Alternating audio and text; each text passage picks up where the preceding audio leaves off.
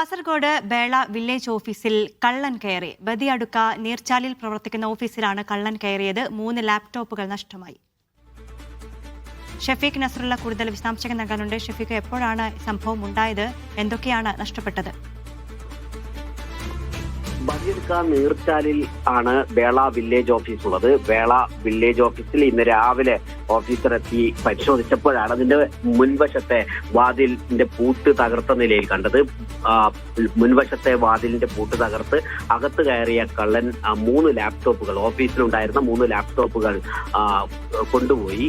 Kasaragod Bela village ഓഫീസിലാണ് ഇന്ന് രാവിലെ ഓഫീസർ എത്തിയപ്പോഴാണ് ഈ മോഷണ വിവരം അറിയുന്നത്. ഇന്നലെ രാത്രി ആവണം ഈ മോഷണം നടന്നത് എന്നാണ് നമുക്ക് ലഭ്യമാവുന്ന വിവരം. പോലീസ് സംഭവത്തിൽ കേസെടുത്ത് അന്വേഷണം ആരംഭിച്ചിട്ടുണ്ട്. ബേള വില്ലേജ് ഓഫീസർ തന്നെ രാവിലെ ഓഫീസിൽ എത്തിയപ്പോഴാണ് ഇങ്ങനെ മുൻവശത്തെ വാതിൽ തല്ലി തുറന്ന നിലയിൽ കാണുന്നത്. പൂട്ട് പൊളിച്ചാണ് കള്ളൻ അകത്ത് കയറിയത്.